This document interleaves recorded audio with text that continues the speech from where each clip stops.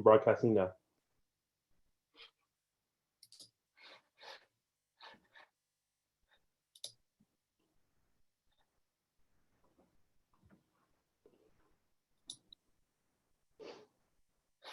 Do you see member Ariola, Adrian? Not yet. Oh, yes, I do. There we go. Okay. All right. Welcome, everybody. It appears we have a quorum now, and welcome to all the folks who are trickling into the attendee room. It is 12:05 p.m. and I'm calling this meeting to order. This is the Executive Committee meeting of East Bay Community Energy. Today is Friday, March 26th, and we're meeting via teleconference pursuant to the state of emergency in California due to COVID-19. So at this time, I will ask the clerk to go ahead and please call the roll. Yes. Director Ariola. Present. Director Lopez. Present. Director Mai. Director Mai. Director Kalb. Director Kalb. Chair Martinez. And I am here. We have a quorum. Great, thank you. Now is the time for public comment. This item is reserved for persons wishing to address the Executive Committee on any EBCE related matters that are not otherwise on this meeting agenda. So I will check with the clerk to see if there are any electronically submitted comments before we check for raised hands. We have no speakers for public comment, although I should also say that Director Mai has joined us. I'm promoting her to panelist. There are no speakers for public comment. Okay, great. Thank you. Welcome, Mayor May. Thank you. So just to remind folks at home, if you're joining via Zoom, use the raise hand feature to be recognized, or if you're calling in, I see one person on the phone, please press *9 to raise your hand. Okay, so seeing no hands raised, I'm going to go ahead. Oh, welcome, Vaughn. So Adrian, please recognize Vaughn, unmute him, and give Vaughn 3 minutes. Director, Okay, Vaughn, thank you. Yeah, I can hear. Sorry, I just logged in just barely a second ago. My question is, I saw in a PV magazine, they're studying putting solar panels along the California aqueduct. Since Tracy's one of our new people added to EBCE, I don't know if the staff has had a chance to look at that, see it, is involved in it, has already taken care of it, whatever the normal process they do. It might be something worth looking into because there's a lot of places in Tracy that I would think would be great for solar power. There's a lot of warehouse roofs that are several acres in size and they don't have power panel or solar panels on them. The only ones I could find is the Amazon ones, and Amazon is like 1% of the roof space that's available in Tracy. It's just something to look at. I don't know if guys have already looked at it and done it, but it would be something to get in on if you have the opportunity. Thank you. Thank you. Does anyone on staff want to take a stab at answering to solar by the aqueducts, or what solar opportunities are being looked at in Tracy? Hey, JP. Hey, good afternoon. Well, I think, we'll be looking at opportunities in accordance with our programs. So our critical facilities program, our residential and commercial programs. And so, that's on the program side, certainly on the procurement side, and Marie can speak to this, if developers are going to look at opportunities like the aqueduct or otherwise to bring utility scale offerings to EBCE, then those will be things that we will evaluate and look at during a procurement. Certainly the aqueduct is an interesting opportunity, and we will be looking at that along with all the other opportunities that we're looking at for local development and clean renewable development. Right, thank you, JP. So that will, seeing no other hands raised, we're going to move on to the regular agenda. to item 3, which is approval of the minutes from February 26th. And I'll just check with my colleagues if they've got any corrections or discussion on the minutes. If not, I'll entertain a motion in a second. I'll I'll move make the a minutes. motion. There's a motion from member May. Is there a second? I'll second it. Lopez. And a second from member Lopez. And I just wanted to, I've said this offline, but I just want to say it while we're recording that I just wanted to compliment our clerk on the thoroughness of our minutes. I have appreciated them. So we have a motion and a second. Please call the roll. Yes, Director Ariola, Yes. Director Lopez, Aye. Director May, Yes. Director Call, Chair Martinez. Yes. The motion passes. Thank you. And so that was our only action item for this meeting. The rest are informational items, but I will give an opportunity for public comment at the close of the presentations. So first up is our medical baseline pilot program update. And I will turn it over to staff for the presentation. Thanks so much. Hi, everyone. I'm Jessie Denver, a Senior Distributed Energy Resources Manager with EBCE. And today we're going to share with you the results of our research that we've been conducting over the last year with our technical consultant, ERIP, on our medical baseline customer need for portable battery backup, and outline what we have planned with regards to rolling out an incentive program for portable battery backup to our most vulnerable medical baseline customers. So I'm going to kind of tag team this with my colleague Gray from ERIP, and then we'll be happy to take questions at the end. So Gray, you should have screen sharing ability. There we go. All right, I'm going to turn it over to you. And we can't hear you right now if you're speaking. How's that? Is that better? Yeah, that's great. Thanks. Perfect. Thank you everyone so much for having us. As Jessie mentioned, my name is Gray Bender. I'm a senior energy consultant with ERIP, and we've been working with East Bay Community Energy for about a year at this point, investigating medical baseline resilience within the service territory. So for today, we have quick 2 items. The first is we want to go through a project briefing. So we're going to talk a little bit about the work we've done so far, where we are currently and where the next steps are in this work. And then we want to save about 10 minutes for discussion and open it up for questions and answers to make sure that everything is clear and we're explaining everything directly. So we're here updating you on our progress today. As a reminder, the goal of this work is to support the energy resilience for EBCE's medical baseline customers. Our focus today is on the first part of the project around the comprehensive plan and incentive program. This includes documenting the medical baseline customers, investigating durable medical device needs and the associated resilience options, and determining approaches for incentive programs down the road. So for this work, we've assessed 2 parallel work streams. The first was a risk planning assessment. In this scope, we looked at the risk mitigation planning that's currently in place within the county and the cities, talked with local government, and understood how this program fits in with the current status quo. And the second piece is a technical assessment where we've actually dove into the needs of the various medical devices and the battery resilience options, talked with medical professionals, undertaking a technical analysis, and then pulling both of these streams together into a program assessment, which is where we are now. We talked to really valuable partners in the service territory. So we started with Alameda County, speaking with the emergency medical services and the public health department.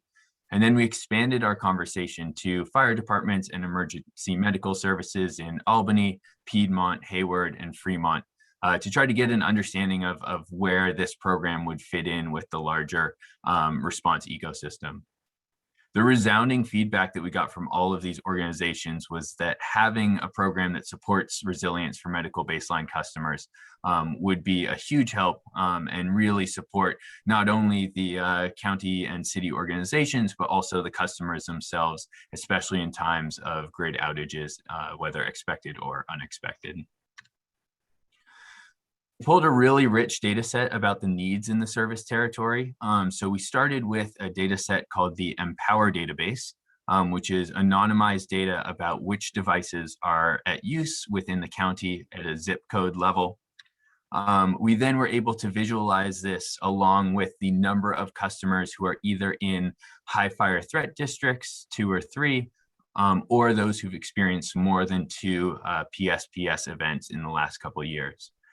This graphic really shows in the darker purple where that confluence is between the customers who are sort of in these high impact zones and where the most medical devices are being used.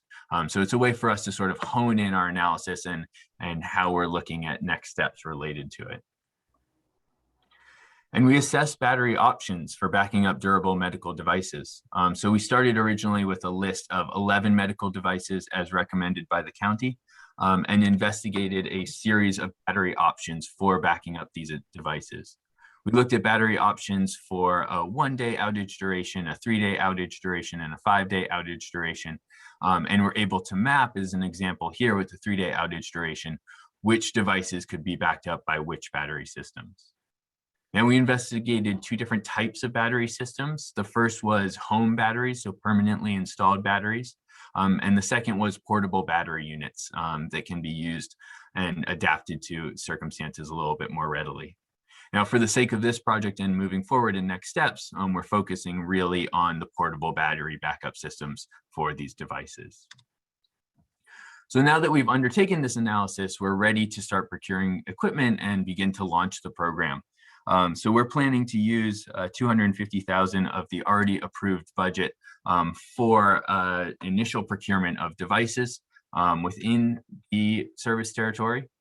Half of those available funds will go to the most vulnerable. The idea is to provide no-cost batteries to specific high-risk customers. So these are customers who are medical baseline and care and possibly within the high-impact zip codes. The second half of the available funding will go to set incentives for the wider medical baseline customer community. So we've been investigating what it looks like to have a 50% of purchase cost investment as a way to sort of spread out the funding that's available and make these systems much more accessible to the customers who need it most. So we'll start by targeting the high fire threat district zip codes. This graphic here shows the 5 zip codes with the highest ratio of total medical devices in use to customers who are either within high fire threat districts 2 or 3, or who have experienced those 2 or more PSPS events. So this is a way for us to sort of understand where this funding could be most readily applied. And then we can overlap that with the FERA customers. And this really helps us be able to understand which zip codes could potentially have the highest impact for the first rounds of procurement. Now, we're not necessarily limiting our procurement to these zip codes. That's still under investigation, but it is a way for us to understand how far these funds can go and what sort of impact they can have on the customers. By using these available funds, we're expecting to distribute between 60 and 70 battery systems. I mentioned earlier that we investigated a whole host of different batteries and different providers. For this initial procurement, we've decided to focus on a single provider as a way to sort of take advantage of the economies of scale in a larger procurement. So we're investigating the procurement of the Goal Zero Yeti 3000X battery. This is a battery system that is sized for 1-day outage duration, being able to back up systems like an oxygen concentrator, a medical suction pump, a dialysis machine. So procuring these for medical baseline customers really will have an impact on people's lives and the people who depend on these devices. Now, as an example of the level of need, we investigated a couple of single high impact zip codes. This is an example of the output of that investigation. So for zip code 94619, We looked at the outage duration of a one-day grid outage and allocating the available $250,000, half to the 100% purchase cost, as we spoke about, and half to the 50% purchase incentive. And we can see how far these funds go. So, we see through our analysis that using this money, we are able to make a real impact. We're able to cover up to 100% of the ventilators, the enteral feeding pumps, the dialysis machines, and almost 40% of the oxygen concentrators within this zip code. So it's a testament to how far these funds can go. In addition to the analysis that we undertook and the data that we received from the county at the beginning of this work, we also recently, about 2.5 weeks ago, released a survey to all of the medical baseline customers. And we had a pretty resounding response. We got more than 610 folks responding to the survey, telling us about the devices they use, telling us about their dependencies. And of those 610 responses, actually more than 500 of them actually left their contact information and address information, which is really promising and a testament to how interested people are in this program. Our results covered 14 different cities with some of the highest response rates coming from Oakland and Fremont and Hayward. And it also covered more than 900 devices. And that's a really important point to understand, because we can see from this that actually a large number of customers are using more than one device. So as we start to think about additional analysis and next steps, understanding how these devices are working in concert will be really important for us.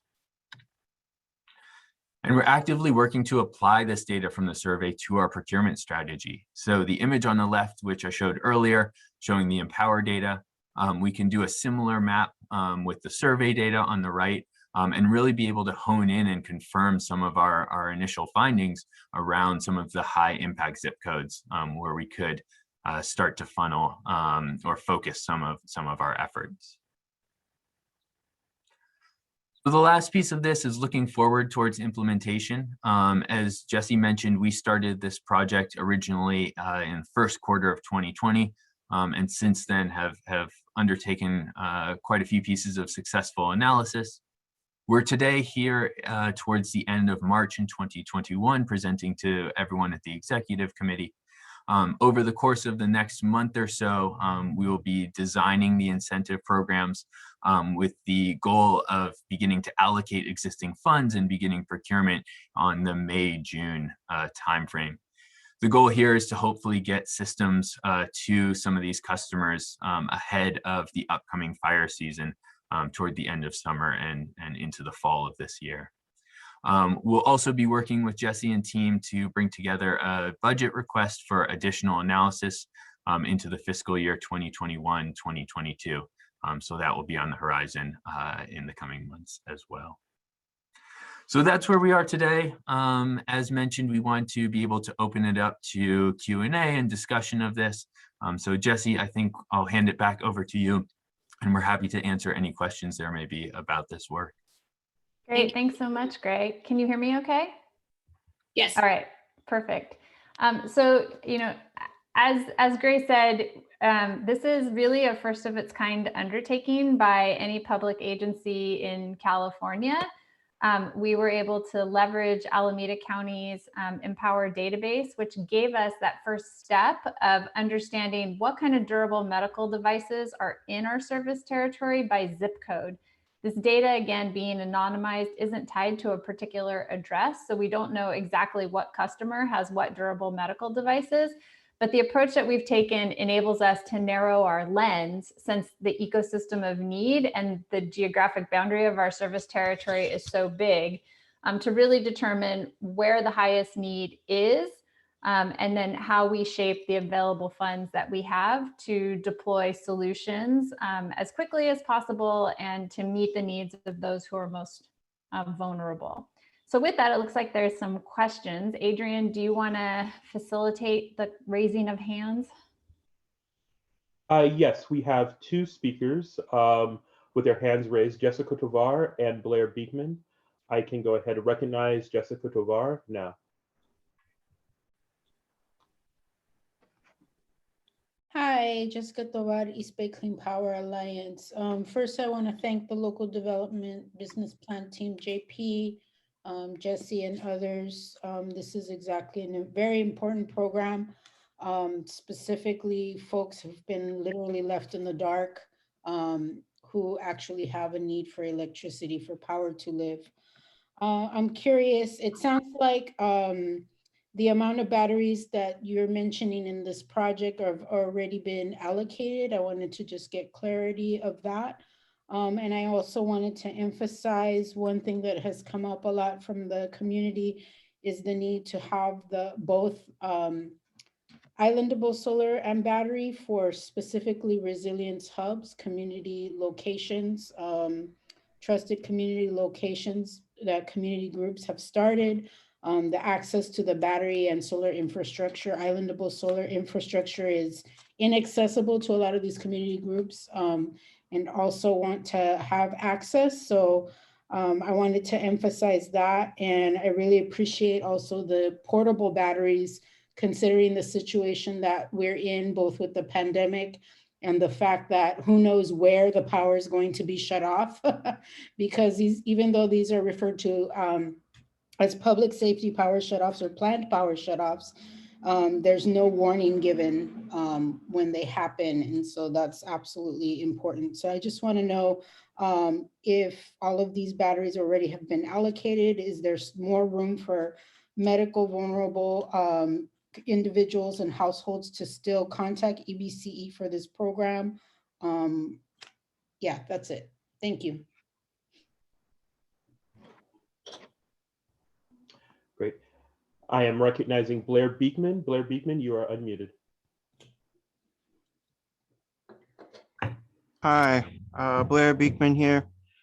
Thank you for the words of the previous speaker. I mean, that's real community advocacy in action, and she always does a really good job with community advocacy issues. And when I try to offer community advocacy, I sound incredibly cheap and shallow, and I'm really sorry.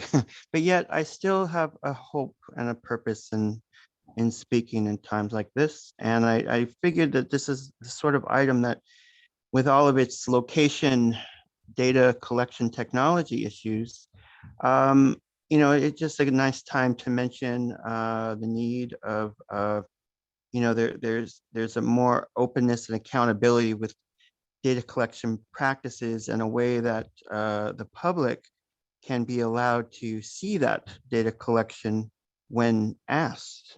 And, there's the GDPR, there's, California State Public Records Act things that are happening. I can't even quite think of its name right now, but, it is those data collection practices that is making it a way for the public to have access if they ask, to the information, and making that process open and accessible, and just being able to ask ourselves what can always be a more open, accessible process is with data collection is kind of why I'm speaking here at this time. And so just wanted to mention the good work that this can do and be a part of, and good luck to our future efforts of open data collection practices and how the public, the everyday public, can just really be a part of the process. That's an important concept. Thanks.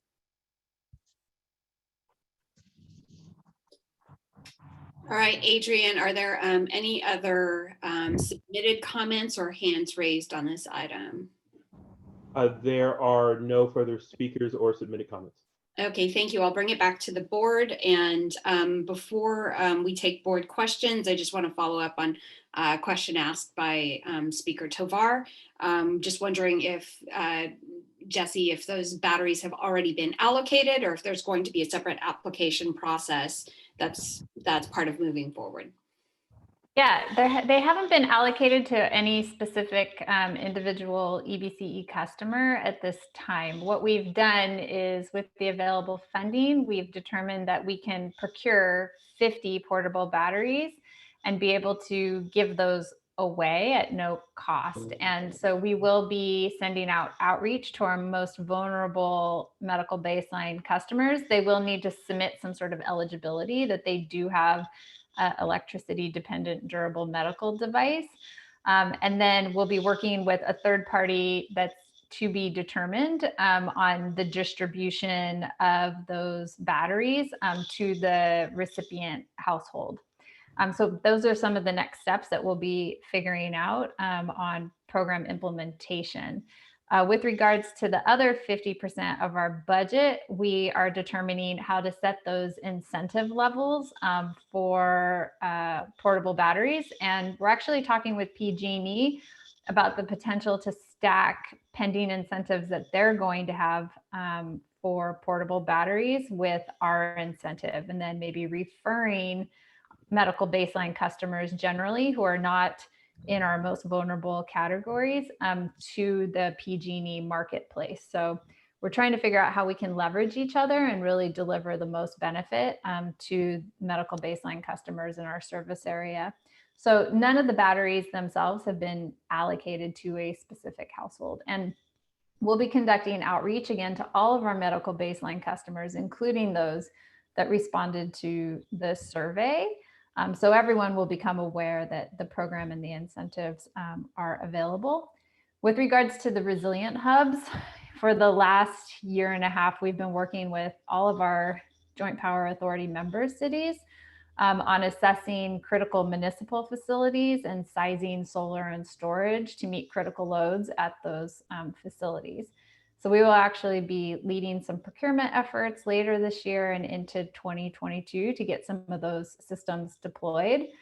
Those facilities don't necessarily overlap with the resilience hubs that are being developed by other CBOs. But I did want to mention that because those will become a new community resource at municipal facilities that are designated to serve the community in time of major grid outage and events like an earthquake. Great, thank you, Jessie. Appreciate that information. And I Member Lopez has been waiting patiently with her hand raised. Oh, thank you so much. Well, I'm very excited for this program. I think this is a fantastic approach to resiliency in in what's the new normal in the fall, especially, and really serving customers where they are. I think this is really a good presentation because it's data driven, which is my preference. I would say that I know that the funding here is finite, but I would say that perhaps we need to do some exploration as a board, either here or more generally, about deployment that's more far-reaching throughout the whole service area. When I take a look at this one slide, and I think I'm reading this correctly. Maybe you can help me. I'm looking at sort of, the high. If you look at survey stats or that one presentation, we have the survey stats, and you have the pink and the blue, and where they meld. That's the apex there. That's where the data is showing the need is the most. If that's correct, and it's purple. Is that correct? Just quickly. Yes, no. Correct. Sorry, that's good. Yes or no? Okay, thank you.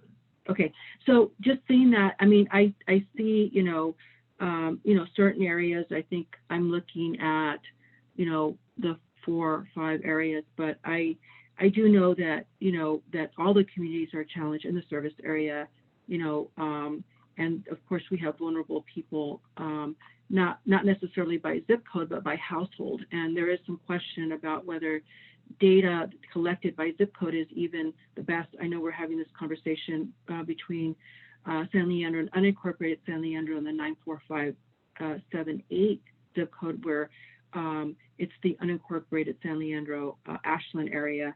And so just wanted to make sure that to compensate, and one of the ideas that I would have is that we would look within our own means within a CCA and see if we can further fund, since the data's here and we know the vulnerability is throughout the service area, or because we're all, a lot of us are on the grid together, deploying this out in a bigger way and maybe having, you know,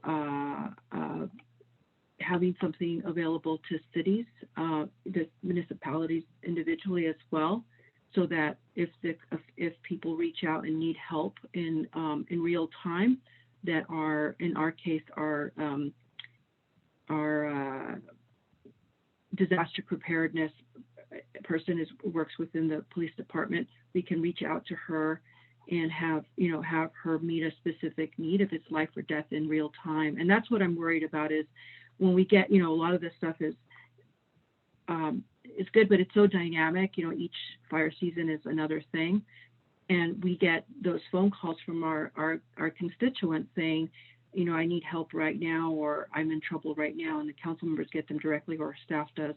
And so I want to try to find a path forward for us to be able to, as individual cities, proactively be ready in time, and then be able to provide that opportunity if either in a senior center or a community center of some sort, so that if someone is really in a bad place, we can get those services to them, immediately. Thank you. Thank you, Member Lopez. Next up, we have Member Cal. Thank you, Madam Chair. Thank you for this presentation. I'm really, really glad that we're doing this. A couple of questions. One quick question. What did the survey include, Tracy? The survey did not include Tracy because we didn't have customer contact information when we issued the survey. Okay, but Tracy is still part of our service area, so that yeah, their customers still would qualify if they otherwise qualify, obviously. That's right. Okay, so a couple questions. This is, are we calling this a pilot program or just an introductory program? What do we call it? Right now we're calling it a pilot because we do only have a limited budget for the portable batteries themselves and the incentives that we're planning on allocating for additional medical baseline customers to be able to access batteries. Okay, so is the preference going to people who, one, of course, qualify as having medical equipment that's eligible, and two, they are part of the CARE or FERA type customers? Are they getting first preference to be part of this pilot? The CARE FERA customers that live in the high fire threat districts and or have been impacted by 2 or more PSPS events are the group of customers who will have access to the free portable battery.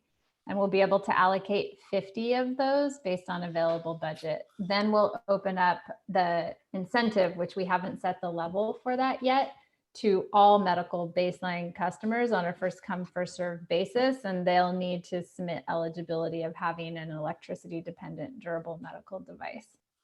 The need in our service territory is exponential compared to the available budget that we have at this time. Okay, so 2 other questions. One, are we going to be giving information to people, to our customers who won't be able to get our financial assistance because we only have a limited amount of money, but may want to purchase something on their own because they're really worried? Are we going to give them all the information they need to be able to do what they need to do, even if it's on their own?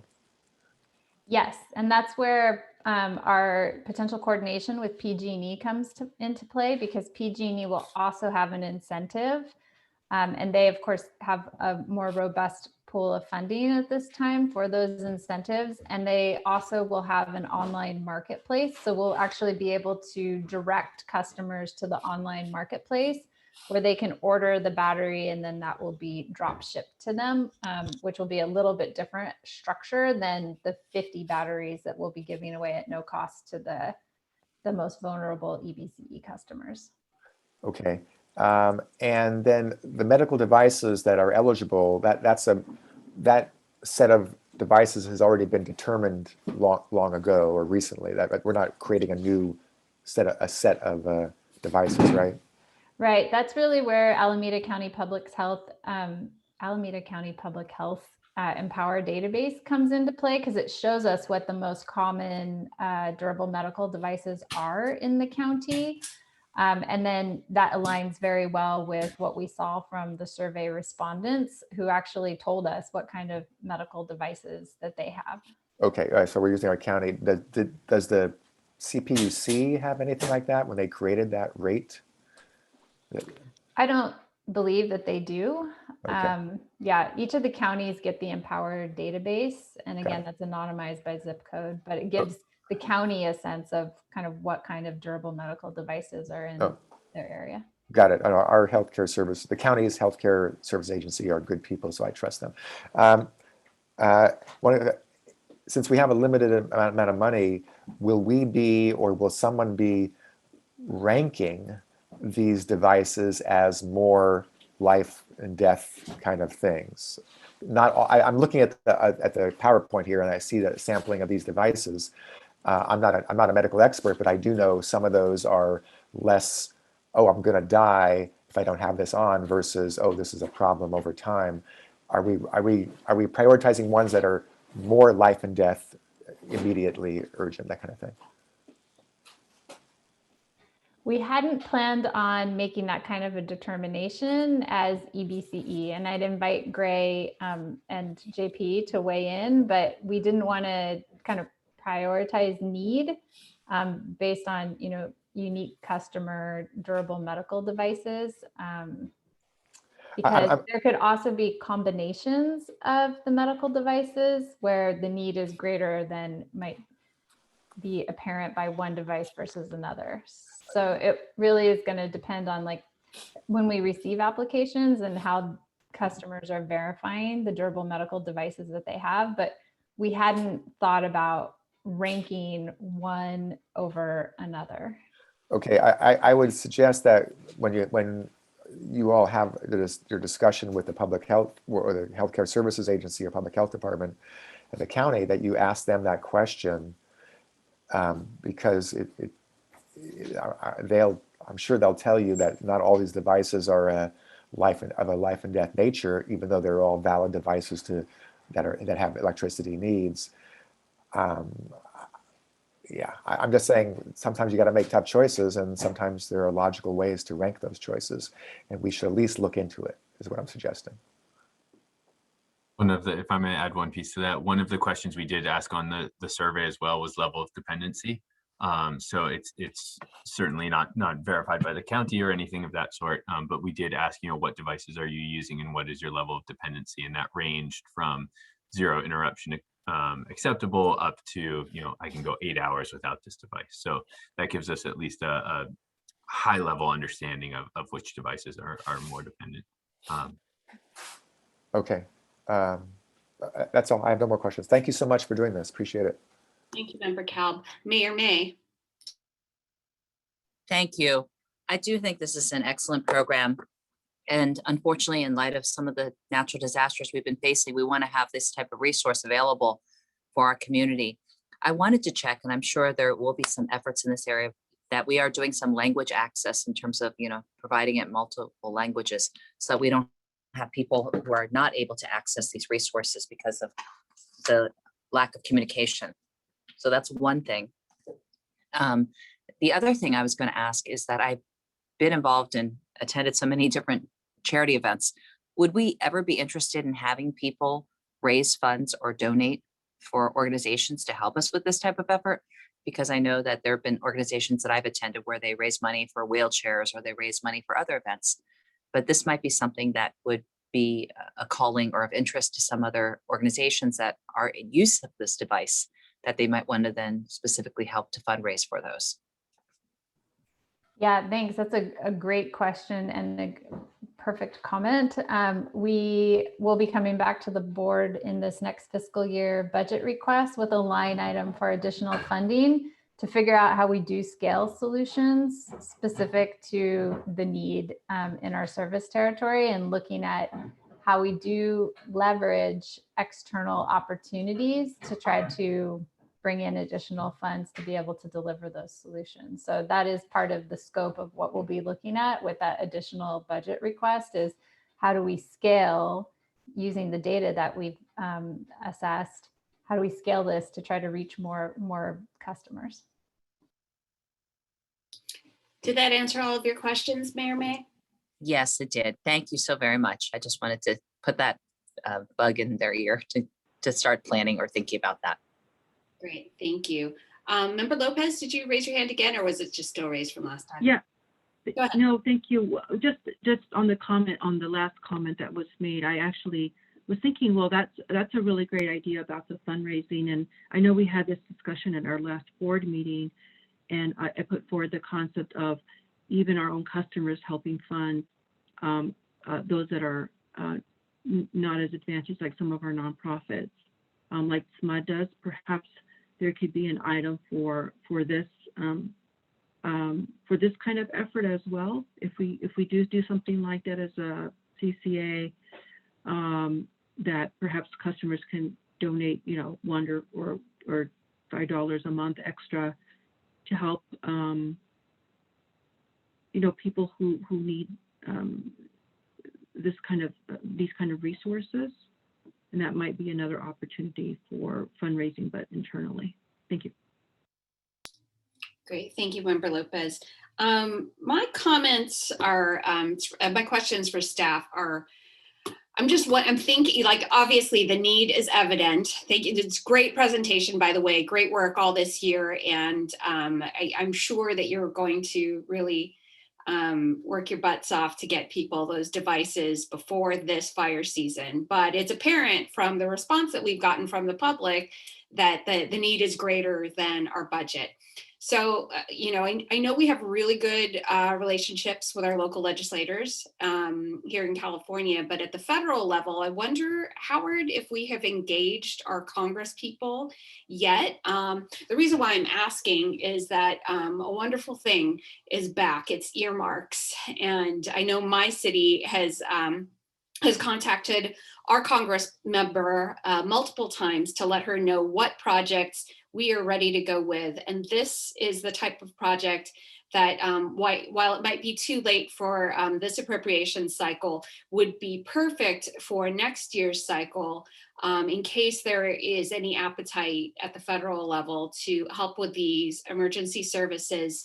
Usually, emergency service grants like deal with, excuse me, Siri, my watch. They usually deal with disasters after the fact, but this is, we have the data, and this is something we can share with our Congress members and let them know these are areas of need. And I love, finding those locus points where people have been affected by the power shutoffs and are on FERA and are on a medical product, a battery powered product. So, we have all the data we could share with them and so they can advocate for us. So I'm hoping that, we can explore that. And I'm happy to volunteer to sit in on those meetings because I've just gone through that round with my own city. And I think that would address a lot of what we're looking for. And I also, I want to agree with the other members' ideas around fundraising. I think this is something that people really can rally behind. And I see Mayor May's hand is raised, so I'll turn it back to you. I apologize. I accidentally pressed it then. Oh, no problem. No, Okay. but I would definitely be interested in trying to help with the fundraising. I think this right now, at this moment, people seem to be, as much as people are struggling, there are also those who are looking to help and they don't know how to. And so if we give them a direction, especially if you give them clear, visible understanding of where their funds are going, and people can see the direct results, I think people are more willing to give them. Right, absolutely. And now that we're having these fire seasons become more of a regular part of our year, I think people are already looking ahead to what's coming in the summer. So thank you again, staff, for a great report. I look forward to the execution of this program and seeing it grow. But that will move us to our next item. We've got item number 5. This is the Call Center and Data Management Services RFP. Hello. Hi, Taj. Hi. My name is Taj Lausin. I'm the Vice President of Technology and Analytics at East Bay Community Energy. Good to see some of you, and nice to meet others. Today I'm going to be doing a presentation that unfortunately is going to be probably very, very dry and very, very boring, because the topic is a request for proposals. So I'll try to make it as exciting as possible, but we felt it was important to provide the executive committee with an understanding of a request for proposal that we have issued, and as it relates to calling for call center and data management services. We will also be doing a board retreat to talk more generally about the technology and analytics roadmap that we have developed, and kind of give you guys as well an update on that. So that will be coming up in April, and we'll also be touching a little bit on that RFP as well. So I'm planning to speak for about 10 minutes, and then you know, we should definitely have plenty of time for questions and comments after that as well. Next slide, please. So before diving into the RFP, I wanted to give the audience a sense of what is a call center and data management service provider. The call center and data management service provider is a critical partner of all CCAs.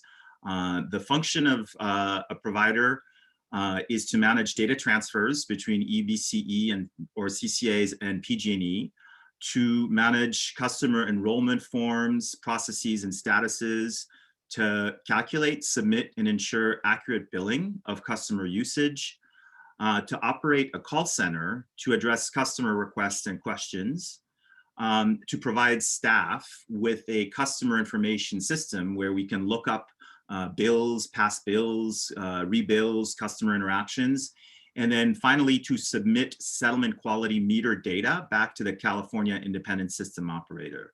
So those are very critical functions. Obviously, the billing function is ensuring that we obtain the revenue that we need to operate, and then the settlement quality meter data ensures that we are paying for the energy that we've purchased through the California Independent System Operator settlement process. The model of using a call center and data management service provider has been the standard within CCAs since the very first one that started in California. And EBC has followed that model by working with a call center management data service provider. Next slide.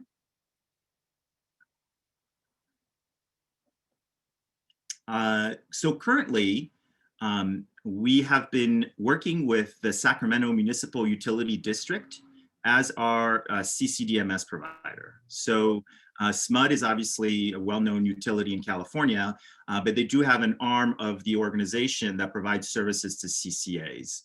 So ever since we started service, we've been working with SMUD as our CCDMS provider. Our initial contract was for 2018 to 2020. And we subsequently extended that contract in the fall of 2020. This new current contract that we have with SMUD is for 2 additional years, but we have put in there an exit clause that allows us to exit the contract after 1 year if we choose to do so. And the reason why we put that exit clause is because, based on feedback from the community and the board, that we wanted to really issue an RFP sooner rather than later to obtain a better sense of what our options were. Just to give you further context, CCDMS services approximately cost us about $500,000 to $750,000 per month. That is based on the number of meters we serve, so the cost will be going up as we extend to new communities. And currently, the call center function is fully outsourced to SMUD in the sense that while we have dedicated call center operators that are trained to work on CCA services, they are SMUD employees, and they're working through SMUD to answer our customer calls. And some of you may be wondering, why is call center and data management services all intertwined in this one big RFP? Well, the reason why is that a lot of the transactions that are billing related are also the major transactions that customers are going to be calling about. Customers are going to call to opt in, to opt out, to opt up, and they're going to call about their bills. That's really the majority of the calls they're going to be making. So tying both the billing and enrollment functions with the call center does make sense from an operational perspective. But I'll dive into why EBC is trying to maybe change that a little bit through this RFP. And just as a final note, we are satisfied with the services that we receive from our provider. The purpose of this RFP is to obtain more information about our options. So that's the main reason why we've issued that RFP. Next slide, please. So the RFP was issued on March 12th. We are expecting responses due on April the 9th, and we're expecting to select a respondent by May the 7th. If we decide to have a new contract, to draw a new contract, we are expecting to bring it to approval for the board at the July 2021 board meeting. That is the current schedule. We are asking respondents to, at a minimum, provide pricing for 3 years. And we are giving them the option to provide us pricing for as much as 5 years, or in fact, as little as 1 year. But we are asking as a minimum that all respondents provide us 3 years so that we can compare the RFP responses that we get. And in particular, the RFP is doing something that may be new or a first in these types of RFPs, is we are asking respondents to separate the price of call center from the price of the other services, and to provide us with options for the call center.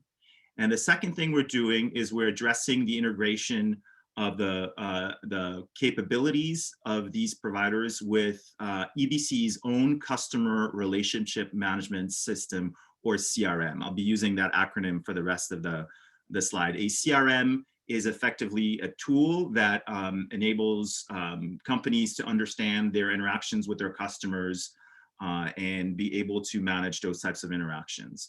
And so what we're putting in the RFP is we're asking respondents to address that. Next slide, please. So why did we decide to issue an RFP at this time? As I mentioned, when we brought this to the board last fall, there was a discussion of doing an RFP to get these options, but we are effectively, I see two objectives in what we're doing. We're trying to understand better pricing and better options. So we want to determine whether better pricing can be obtained through a competitive solicitation, which is one of the main objectives of doing a competitive solicitation. So could we get better pricing from different respondents? And then could we also get a breakdown of the pricing for these services? As I mentioned, we want to know potentially what it costs to separate call center services from other services. That's unfortunately information that we have not yet been able to get from our current provider, but we know that there are providers out there that do provide that option. And then the second reason is we were trying to issue this RFP because we've set up our own roadmap. And as I mentioned, we will be diving into that roadmap at the upcoming board retreat. But we have a roadmap that is calling for bringing this CRM function in-house. Right now, virtually, I believe all CCAs right now outsource their customer relationship management system to their data management service provider. And our roadmap is different. We feel that that system is has significant importance, that it really needs to be licensed by the CCA so that we have control over the information about our relationship with our customers. For example, based on the previous presentation that we just saw, the ability to target programs to particular sets of customers requires a really good, strong knowledge of who those customers are, how have we talked to them before, what responses have they provided to us in surveys, how many emails have they received from us before, and all that information really is captured in a CRM. And EBCE has started down the road of licensing its own CRM, where we've licensed CRM from Salesforce. And as part of this RFP, we're asking respondents to work with us on a roadmap to integrate call center and data management service functions into our own CRM. And finally, in terms of roadmap fit, we're also looking for options for different call center models, which I'll talk about in a second, including integrating the call center service into EBCE. Next slide, please. So for separate pricing on the call center, We know that some service providers can separate the call center function from other functions. They can say, if you want just data management services, it will cost X. If you want just call center services separated, you can do that. And so we're hoping to get information on that, which we can then bring back to the board to have a better sense of what it would cost to potentially decide that the call center has to be something that EBC is taking on. And we're asking for pricing to be separate in the RFP. And then we're asking respondents to provide responses to 3 different models that we know are out there, are available potentially from some of the respondents. One is brick and mortar, which is while call center is still being outsourced, operating the call center within the EBC service territory. So the jobs are in the service territory, even if they are jobs that are maybe from the vendor, they're actually people who are local to the service territory. So that's one option. Working from territory, which would mean that we would have agents that are working from the service territory, even though they may work for an organization that is not headquartered in the service territory. And staff, which is an option where we would have the vendors support a limited number of actual EBCE employed agents that may supplement the call center function. And so those would be potentially staff that are trained to handle some higher priority calls, or maybe more complex calls, or maybe calls that are related to programs, not just related to billing and enrollment, but when it gets to programs like, again, the one that we've talked about earlier in the presentation today, that they could be just transferred directly and it would be actual EBC staff. And then I have one more slide. Next slide, please. And then the CRM consideration. All providers right now currently implement their own CRM to support their billing operations, and that is less than ideal for CCAs because CCAs inherently have less control over the CRMs that the vendors provide and use. So for example, if we wanted to add, like, for example, we collect information on tax assessor records, we collect information on Cal and Virus Screen, we collect information on census data. All of that data in our own EBC database is all melded with everything else we know about the customer, whether they're CARE or FERA.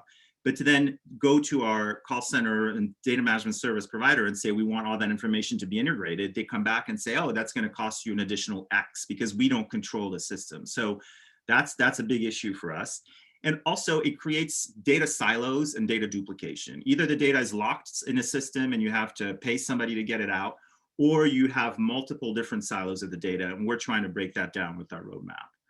And so, as I mentioned, we've licensed our own CRM already, and through the RFP, we're putting the process in motion to integrate all the data and processes into our CRM, and that is a big job. Our roadmap extends to 2023 and beyond, but with this RFP, we are definitely starting the process of getting that integration on the way.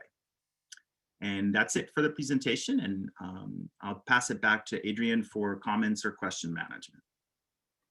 Great. Colleagues, does anyone have clarifying questions for Taj on this presentation?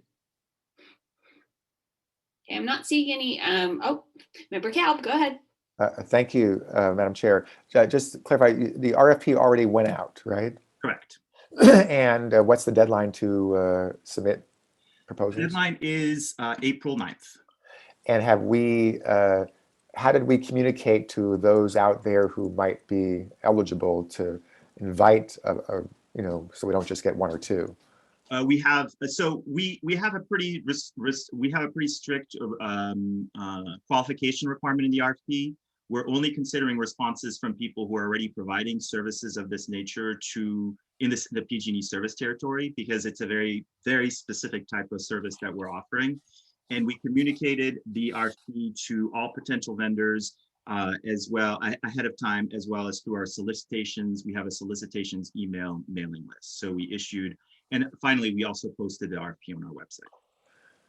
Okay, thank you. Mm-hmm. And actually, I have one question, Taj. So historically, the board has expressed interest in having the call center in territory. Did we put any such restrictions on the data management provider, or could they be from anywhere? We did not say that they needed to be headquartered in the service territory, but we did ask them to provide us pricing that would allow us to break out the call center should we want to take that and take those monies and apply them to a local call center provider or build our own call center. And we also asked them to provide us options, even though they would be still doing the call center, to have a brick and mortar option where it would be in our service territory, or to enable remote work from the territory employees. So even though it would still be a third party that may not be headquartered in our service territory, the employees would be located in our service territory. And finally, also to support the training and onboarding of EBC staff that are call center operators. Right. Great. Thank you. I said, do you have any idea of the FTE that we currently have with SMUD for call center? I don't want to misspeak, and I believe Annie's on the line. She would definitely have the correct information. So if I could be so bold as to ask Annie maybe to speak up on that. And it may be a range. I don't know if we use an X amount of people on a certain day, or if they're just available to us. It's a dedicated number that are trained for CCA work, and then there's the overflow ability of other call center operators, because obviously SMUD has a big service territory, to come in case there's a surge in calls, which we've experienced in the past. Got it.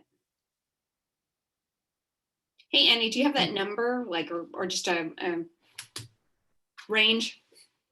Yeah. It's, let's call it about 16 people. We do have the call center available from 7 to 7 every weekday. So, not all 16 are on the shift at any one time. It rotates. And I'd say on average, we get about 250 calls a week. 250 calls a week. Right now, we're about double that because of our new enrollment and the time of use transition. And so that is one nice feature about SMUD, is that they can sort of flex up and down based on the volume that we're seeing. Great. Thank you, Annie. Okay, so now I will check with our clerk to let me know if there are any electronic submissions first for public comment. And then after that, we can start recognizing folks with their hands raised. If you're participating via Zoom, please use the raise hand feature to be recognized. If you're calling in, please press *9 to raise your hand. Yes, so we received an electronic comment from Jessica Tovar. Should I read I see her hand raised, and let's go ahead and recognize her now and ask her if she'd like to speak in lieu of her electronic comment. Great. I am recognizing Jessica Tovar. 3 minutes. Thank you very much, Jessica Tovar, East Bay Clean Power Alliance, and we've supported from the very beginning having the call center within East Bay Community Energy territory, Alameda County, City of Tracy. And one thing I want to emphasize too, are we emphasizing that this vendor emphasize local hire? Because we definitely want to put folks within East Bay Community Energy territory to work and be trained to do this kind of work moving forward. And just to support, our labor allies, this is something that they have been requesting for union wage jobs, family sustaining wage from the very inception of East Bay Community Energy. So thank you. Thank you, Jessica. And Taj, can you confirm that our RFP emphasizes local hire? It doesn't specifically say that they must hire people locally, but the 3 options that we're asking them to respond to are all 3 local options: local brick and mortar in the service territory, local work from home in the service territory, and local EBC staff. but we didn't go as so far as to say that they must hire people that are residents of the service territory. We stopped at the point of saying they must provide us options for establishing a call center in the service territory or call center options in the service territory, which would, in theory, lead to more local hiring of resources. Thank you, Taj. Adrian, go ahead and recognize the next speaker with their hand raised. Well, Cynthia Landry is on the speaker list. I allowed her to speak for 3 minutes.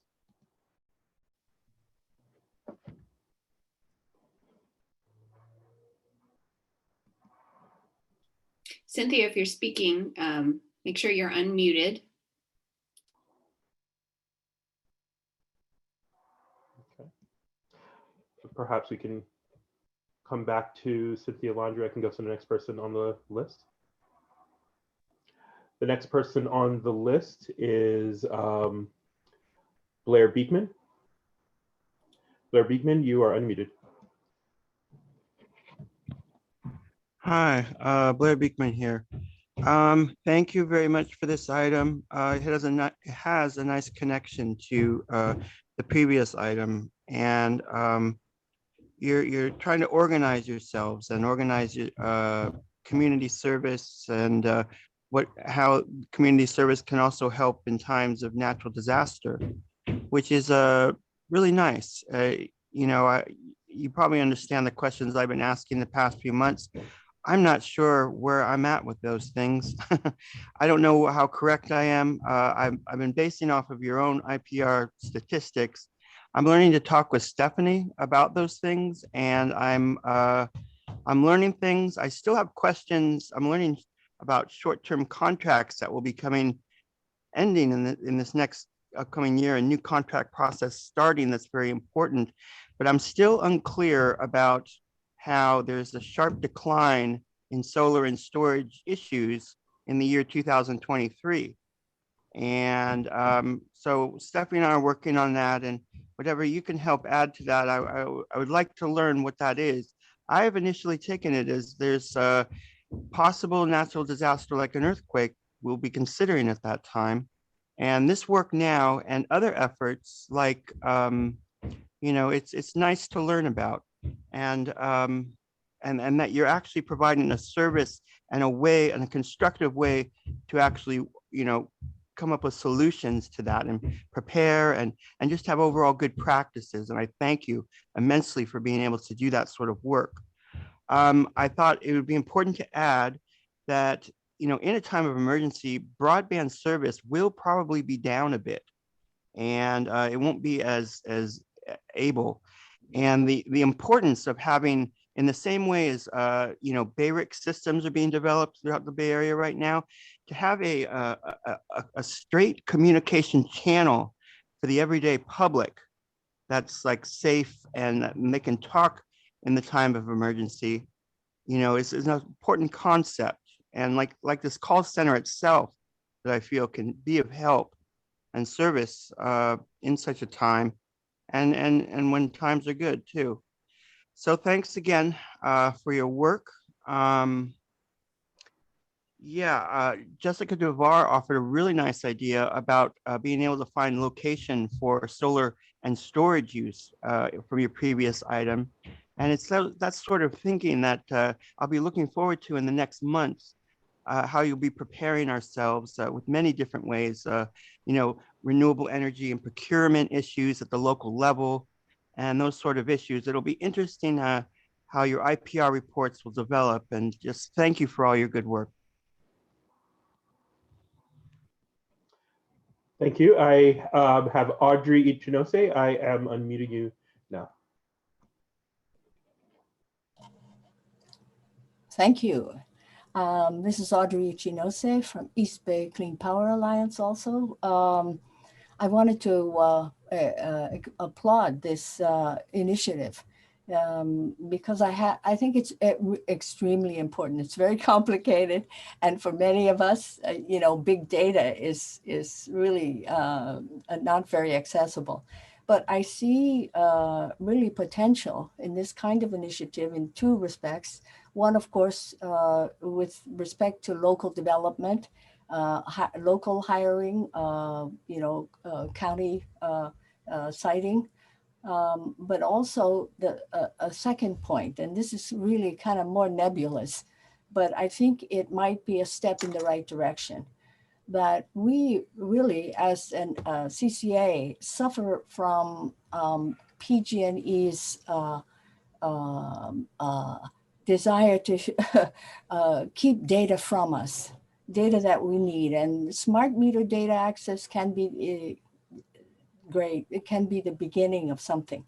You know, there are many ways in which the data that PG&E has on load and on prices and market prices really affect our operations. And for example, in SB 612, which is coming up, is that time? I'm sorry, I think I still have a little time. Thank you. And also in respect to the PCIA, I mean, this smart meter data doesn't directly affect what we have to pay for the PCIA, but our inability to know how much, how these stranded assets are evaluated, go back to, you know, PG&E's conscious attempt to shield this kind of data from us. So in both of these respects, I think this initiative is terrific. So thank you very much.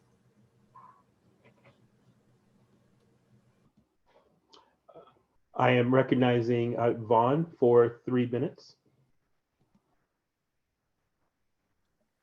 Yeah, this is probably down on the weeds a bit for Taj, but does Salesforce use its own cloud, or is it using somebody else's? I know the servers are spread all over the place, and they're probably better protected than most of the public works, and they have their own power. But do you know whose cloud they're using?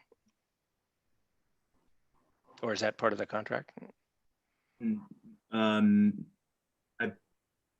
have their own cloud. So Salesforce provides its own cloud services. I believe, and we can certainly do more research, I believe the standard contracts for US-based engagements is that the clouds must remain in the United States.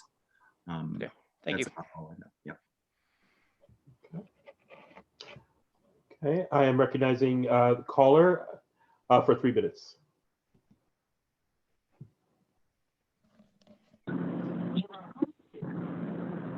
Good afternoon. This is Cynthia Landry. I'm a member of the executive board of SEIU Local 1021. I'm also a delegate to the Alameda County Central Labor Council, and I am a current member of the Community Advisory Committee. Some of the board members, seated board members currently, were not privy to the discussions last year, but it's my recollection at those board meetings that there was strong consideration to both develop and transition into an in-house call center, perhaps this year or in the near future. What makes this community advisory, what makes this community choice, Alameda County Community Choice, unique is our commitment both to a local business plan and also to the creation of local jobs within Alameda County that support family and friendly wages. So I think for transparency, it is good that we did an VP, but we should consider our previous strong consideration to have the call center in-house, and also has been pointed out today with our unique database where we are able to identify customer base for certain programs. Thank you. Thank you, Cynthia. And I see no other hands raised. We'll bring this back to the committee for discussion, and I'll recognize Mayor May first. Okay, so thank you for all the speakers on this item. I was just going to check. I know that there is a desire for local hire, but I was wondering if you'd also consider, I had shared a program with our executive director, Nick Chassett, earlier, which we are trying to develop here in Fremont. And I don't know if there's an opportunity for something similar. We had launched an Earn and Learn program where we specifically did outreach to those who were trying to re-enter the workforce, in particular focusing on minorities and also those who may have not, and women who may not have gotten the choice for the employment. And what we had is a participatory program where we had a cohort come in, and while they were working, they're also earning a certificate for that type of program through Ohlone College that was focused on specifically smart manufacturing. So while the program is about 8 weeks, they're earning their salary while at the same time obtaining a certificate. So the starting salary was about 18, and when they finish the program, it'll be about $25 to $28 an hour. And so I don't know if there's any opportunity in this type of job. I know that data analytics and this area is very sought after and desirable, and whether it's something that we bring in-house or we're able to create a program that exactly what people are talking about is be able to help people get back on their feet, or to be trained into a program that if we were to bring it in-house. I don't know if there's any interest to do something similar with an educational partner or with the labor or union, whoever that works in this field. I know that your call center right now is through SMUD, but I don't know if when you're looking at the different options, if that can be something that we would help either foster or encourage, because so many people currently are right now displaced or trying to upskill. This might be a unique opportunity where we can also grow our own call center, as well as to provide skill set and training for those interested. Thank you, Mayor May. That's a really interesting idea, especially seeing as how the twin pandemics of COVID-19 and the economic crisis have disproportionately affected women and women of color and people of low income in particular. I'd be happy to share you some of that information and send it to all of you if you're interested. I think that would be really interesting, especially if the RFP returns those, they've returned projects where they truly are separated out, and we have more thinking to do about the call center specifically. So I'll turn it over to Member Lopez. Thank you. Thank you very much. Once again, Mayor May, a wonderful idea.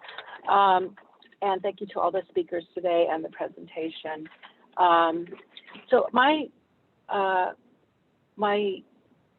inclination just overall, of course, is to go with those that are in the service area, those two choices there.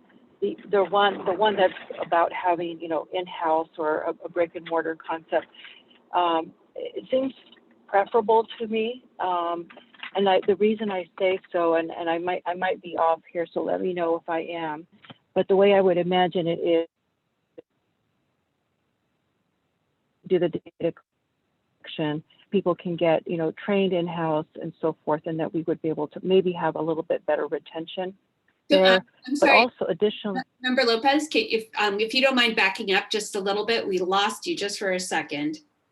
Oh, sure. Well, the crux of it is that it seems to me that the in-house version would be better and to develop for workforce development purposes, but also I worry that if there isn't something, some sort of structure within the service territory, and we have it diffused or it completely on a distributed team idea, where you have, you know, the people who are working or doing are in the call center throughout the service area. If there's a disaster or there's inability to have, you know, access to the internet for whatever reason during the fire season, that can very complicate the ability to do these services.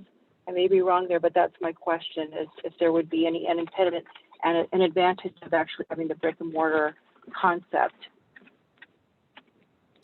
Taj, do you want to try to answer that?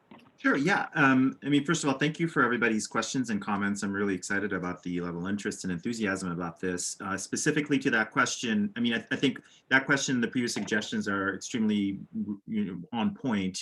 And the reason why we decided to not only accelerate the RFP to this year, even though we didn't have to, but also to put those options as part of the RFP is exactly because we wanted to be in a position of being in the driver's seat of deciding what's the best option for us, whether it is an option to do like an earn and learn program, because we would have more control over it if we decided that we wanted to build the call center option in a particular way, or whether the option would be to say, no, we would much rather have a brick and mortar in the service territory that would be inciting people to have more local jobs. Those are options we want to have at our disposal once we receive the responses from our respondents. So I don't know specifically whether, I mean, we're at such an interesting time, right? Everything is remote right now. Every single call center operator is actually working remotely from their home because of COVID. And we are also, there's a lot of things in motion. There's obviously the enrollment of our new communities. We are seeing some rates changing.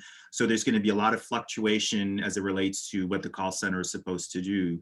But despite that, we're going to find ourselves in a situation where we can take the best course of action, especially with regards to the call center. And that's what this RFP is providing us. So we definitely will be taking into consideration all of these great suggestions as well as directions when we receive the responses from our respondents, and hopefully be able to put forth a plan that addresses those according to a timeline that is lining up with all the other things that we need to be handling with the call center. And finally, access to data. All the comments and questions about access to data, those are extremely on point, and that is exactly what the team at EBC, the technology and analytics team at EBC is doing, is making sure that we have access to as much of that data as possible. We centralize that data, and the purpose of the RFP calling for us to have our own CRM is because we just don't want to be at the mercy of a third party that says, oh no,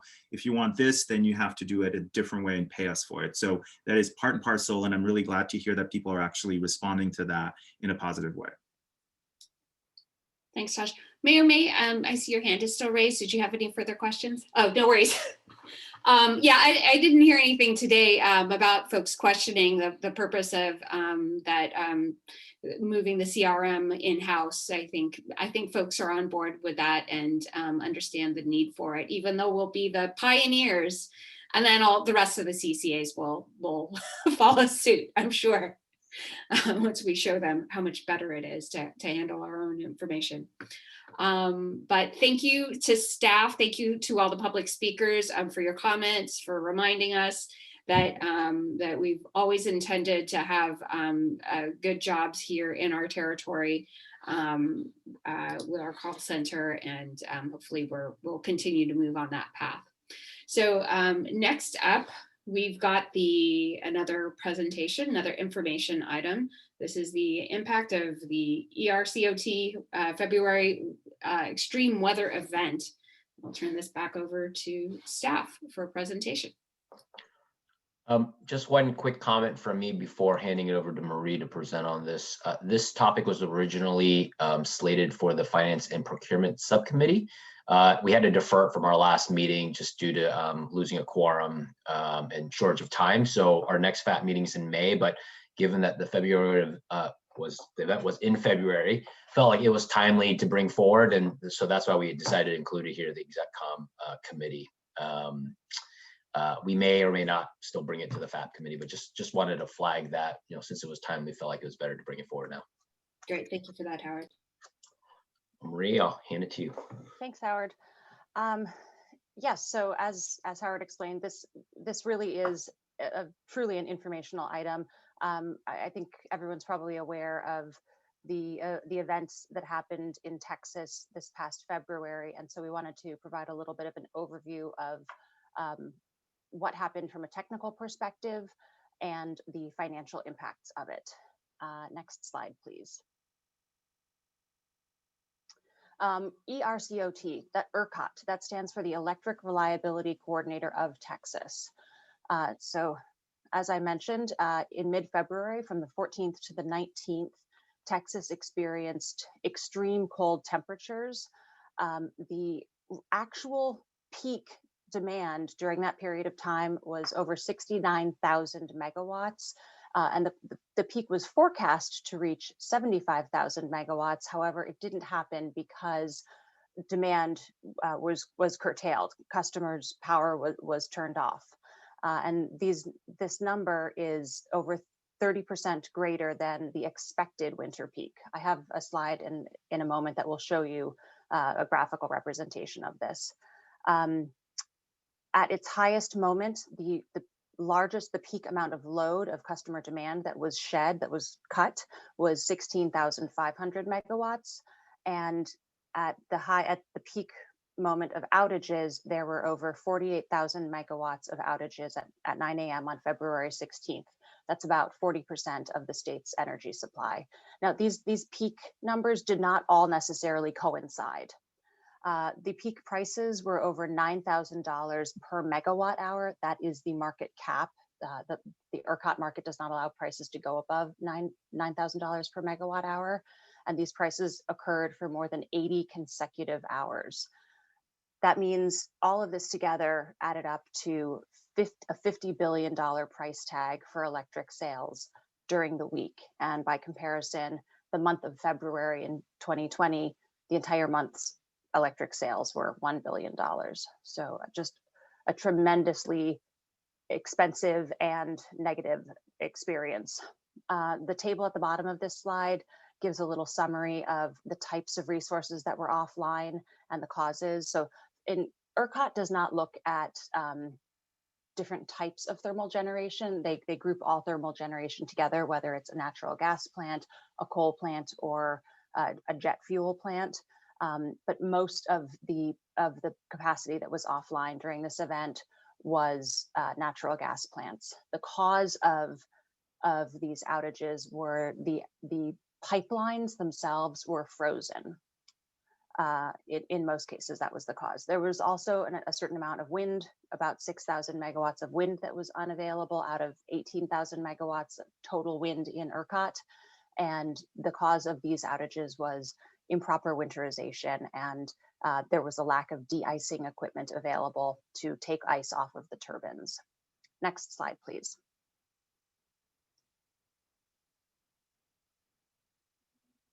So this is the one of the graphical representations of what I just described.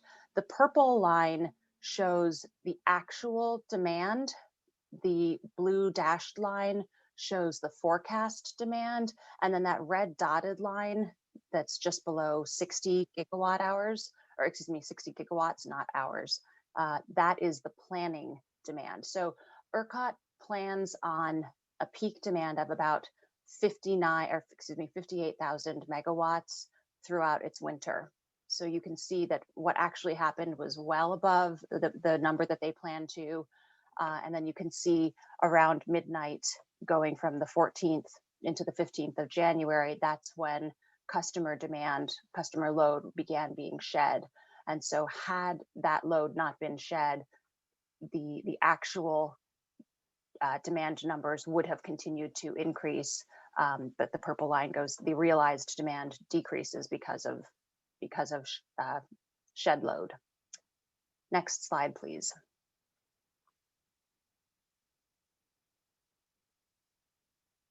This is a visualization of the prices that we're seeing and the outages and customer demand.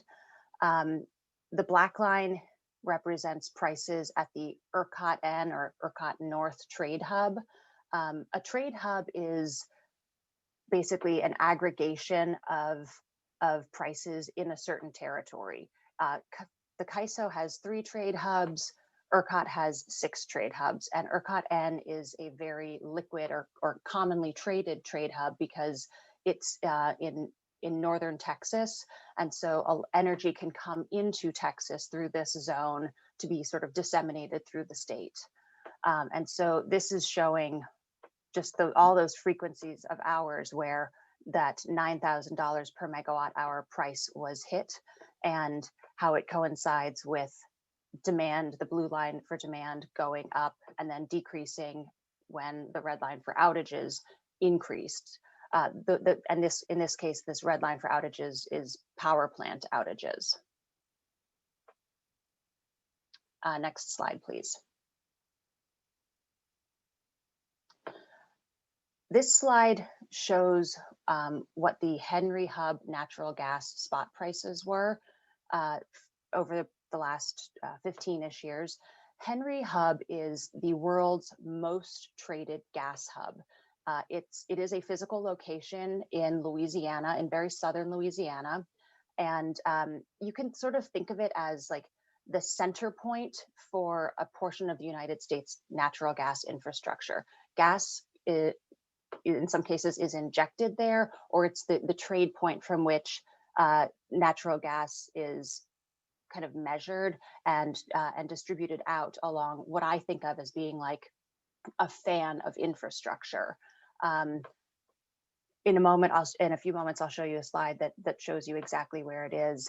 But again, because this is such a highly traded hub for natural gas, we tend to look at what were gas prices at other places in relation to Henry Hub. What is the premium in relation to Henry Hub? So you can see here that Henry Hub has had some significant spikes in gas prices. In 2001 and 2003, there were gas spikes that were the result of low natural gas in storage and high demand from cold weather. There were price spikes in 2006 and 2008 that were the result of disruptions in supply because of a hurricane in the Gulf of Mexico. Since 2009, you'll see that there's been a lot less volatility in the natural gas prices, and that coincides with the shale gas boom in the United States. In 2005, shale gas was about 4% of US natural gas production. By 2010, it was 23%. And so, the impact of accessing this shale gas has really made natural gas prices become much lower and much more consistent for the most part. And then I just want to highlight that the elevated gas prices that we saw associated with this February extreme cold was very short-lived. By February 22nd, the Henry Hub gas prices were back down to the pre-cold snap levels of $2.84 per MMBTU, or million British thermal units. Next slide, please. Okay, bear with me now. The next few slides are a little bit wonky. And first, I want to just point out there's a little red arrow in the top right-hand corner. I have this on the next few slides because I'm pointing out to the unit of scale on the right side. So on this slide, the scale goes up to $700. These graphs, the next few graphs, are showing the 24-hour average real-time prices in different markets. In this case, it's in ERCOT. And you'll notice that the dates here are January 2020 to December 27th, 2020. That's because if I brought it into February, everything would just get totally washed out by the February events. So the orange line here represents the average realized 24-hour prices. And the gray, these little gray spikes were what we're forecast, where the market was expecting there to be some volatility. Let's go to the next slide, please.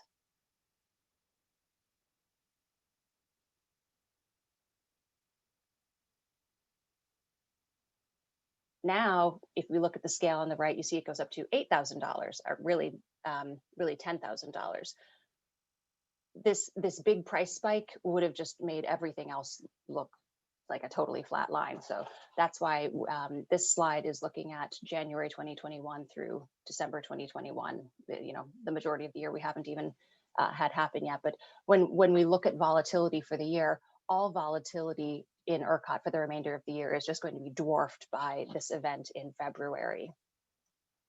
And this shows that it's just so unlike what we saw at any point last year, and so unlike what we've seen in a long time.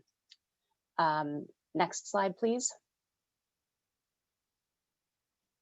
And now here is the January through December, the realized January through March around the clock average real-time prices for the NP 15 zone within CAISO. And then you can see the gray section moving forward. That's the forecast volatility in average real-time prices. And again, if you look at the scale on the right-hand side, now we're going up to about $300. So we saw price volatility in our area as a result of what happened in Texas. It was not anywhere near to the degree of what we saw in Texas or even in Southern California. Next slide, please. Now, this slide is looking at forecasted and transacted dollars per megawatt hour of energy around the clock at some key US hubs.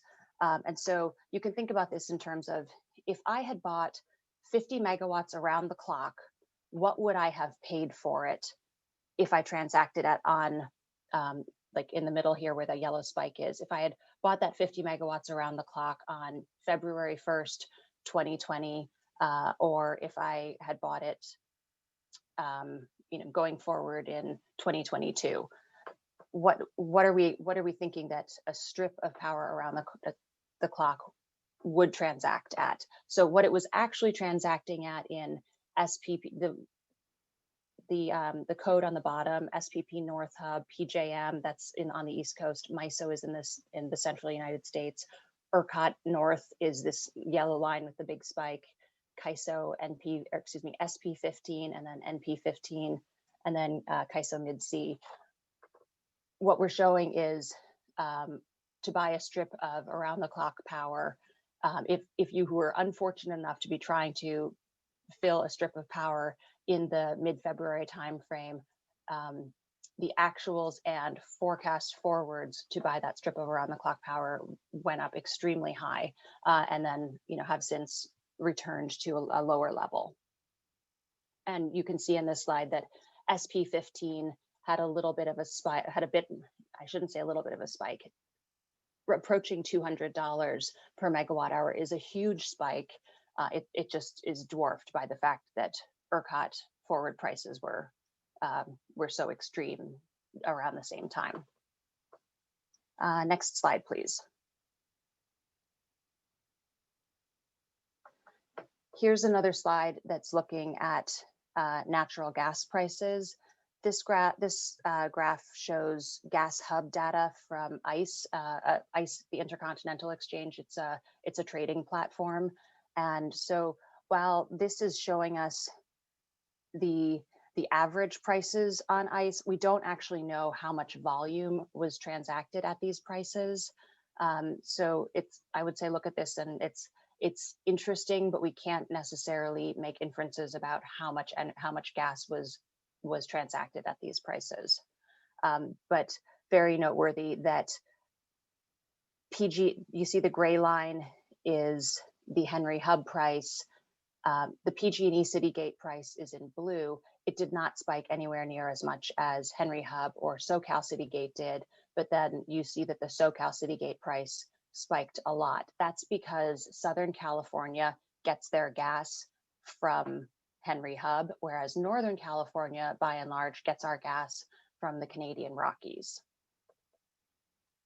Next slide.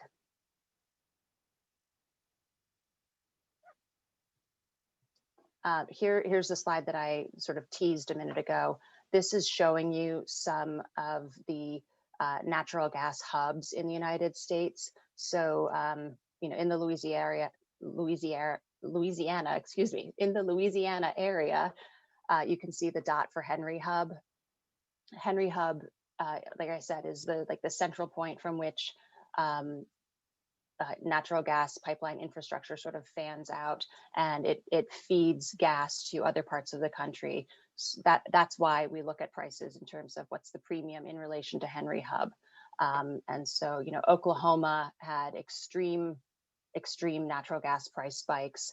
SoCal Citygate also spiked considerably. Houston had an extreme price spike.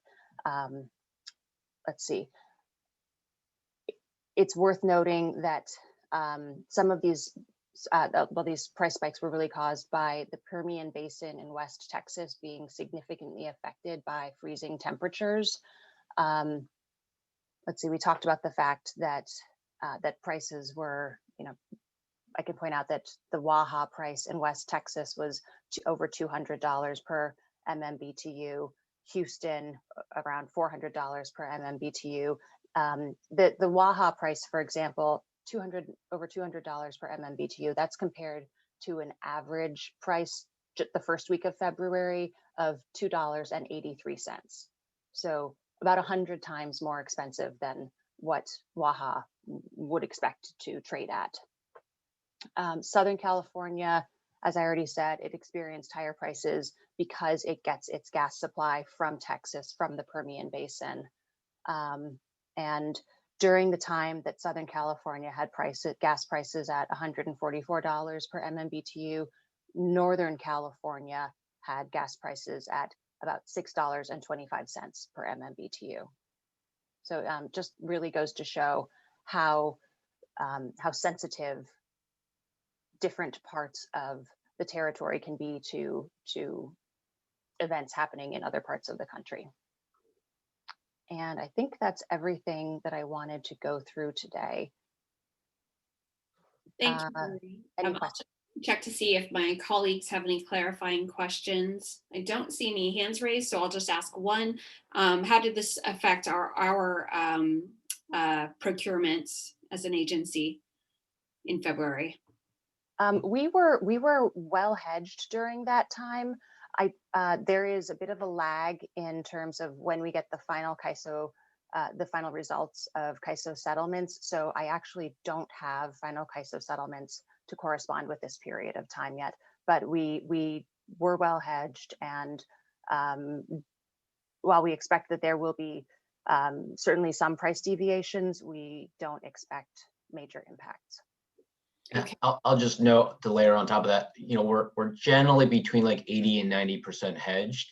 And in most weather extreme events, you usually find that hedges are sort of wrong way hedges, meaning if you have a really cold, cold front come in or a really hot heat wave come in, your load increases. And so that actually gives you more exposure, more open exposure and higher prices to that open exposure. And that's unfortunate. In this case, it actually didn't change our normal load conditions. It was really an outside of market impact that, so fortunately, we were still roughly 80 to 90% hedged. So of our 10% open position, yes, we did see some price spikes, which were nowhere near ERCOT's price spikes, but certainly were unusual for California standards.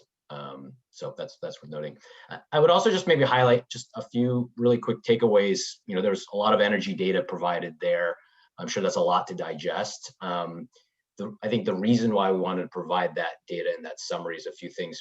One is there was a lot of kind of politicization of renewables at that time. A lot of negative press from sort of a conservative base pointing to renewables being a problem for reliability in Texas specifically. And as you saw from the data, actually a lot of that was caused by natural gas. And so we just wanted to make sure to arm you all with those real facts. And then two is to just point to, there are more weather extremes, as we're all aware of.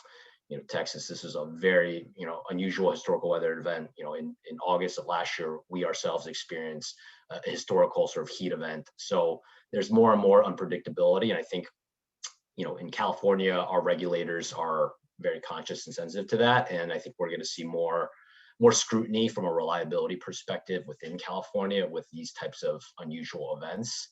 And we're going to need more RA. and there's more and more talk of both reforming RA rules and more RA requirements, stepping up the RA requirements, stepping up incremental RA requirements, which is buying new capacity, getting new build done. So I think all of those things they were on the horizon already, and these things just sort of exacerbate the sort of scrutiny around there. So certainly, we need to manage that within our portfolio and be on top of it. And I would just say, as we think about managing risk, we really want to think about diversifying, right? In this case, it was a natural gas issue, but you don't want to be too concentrated in any one technology, because if you have a freak weather event of some sort, if you had all wind or if you had all solar, that could be problematic as well. So we really want to be conscious of how we're building our portfolio. And then lastly is just regionalization, right? This is something that is a pretty politicized topic. And we really want to focus on sort of California, but we saw the extreme of that is in Texas, where it's a very insular system, and that created a pretty catastrophic event. And fortunately, California, even though CAISO is an independent market, we are connected regionally to other markets surrounding us in the West, and that allows us to balance through events like that. And so I think we may have further conversations about regionalization going forward as well, and what that could serve in this case. Great. Okay, I appreciate this as groundwork for that conversation. Should we move in that direction? At this time, I will ask our clerk to go ahead and unmute our first public speaker. And I just want to let speakers know, in the interest of time, I'm going to allow for 2 minutes per speaker for our public speakers. Okay, Blair Beekman is unmuted. Hi, thank you, Blair Beekman. Thanks for the item. Thanks for your patience and my total, beginnerness to talk about these issues. And thank you. This was really interesting to learn. In California, we've had past issues of, kind of a few certain elites have created a policy, and how to handle the wildfire situation that's been really questionable. And, we've had to really address, from their thinking, what is exactly our future of positive sustainability. And, we have to consider, natural disaster practices in a different way from these bad decision-making from a few elites. With this Texas idea, I mean, it seems like there is just a system overload of just not the system failed, basically. And we may have to really be questioning how we trade energy dollars and what exactly that whole process is about, and how there can be a regulatory framework put in place that, that doesn't, that can still offer, energy to consumers in times of emergency. Because somehow, I think prices got involved and things like that, and that got in the way maybe, and the trading issues. So, how can safety be more important than dollars in the end in this Texas issue? And to also ask, it's like kind of a voodoo subject to talk about, that I think we get energy from Mexico and Central America in this country, but we don't want to talk about that. And can we talk about that more? And I know our issues may be a bit different here in Northern California compared to Southern California and Texas, but it should be talked about. And I think that's a subject nobody wants to talk about openly. I hope we can make the efforts to do that, and to, I guess, consider a bit of a different regulatory system that's safer. Thank you. I believe we have one more speaker. I'm recognizing Vaughn for 2 minutes. Yeah, thank you. The thing that leaked out at me by the excellent presentation and the graphs, I usually have 2 or 3 graphs. I'm trying to figure out what they're saying. but these were all really good. The thing that leaped out at me is the 80 consecutive hours of loss. In the discussion about storage, almost all of it has to do with lithium batteries, which are 2 to 4 hours. I suspect because of Texas, and I know because I listened to a couple of international webinars in the last couple of weeks, and they all brought up Texas, and that long duration storage is going to have to be more than 2 or 3 hours, or even in this case, 80 hours. I doubt if we can screw it up as bad as the Texans did, but we'll give it a try, I'm sure. So that, and there are technologies that are coming online, liquid air and thermal and those type of things that provide long duration for days, hours, weeks, months type of thing. And that's in the planning in Europe and those places. Some of it has to do with producing green hydrogen and using hydrogen peakers to do that. I don't know where the peakers are in the Bay Area outside of the Moss Landing one.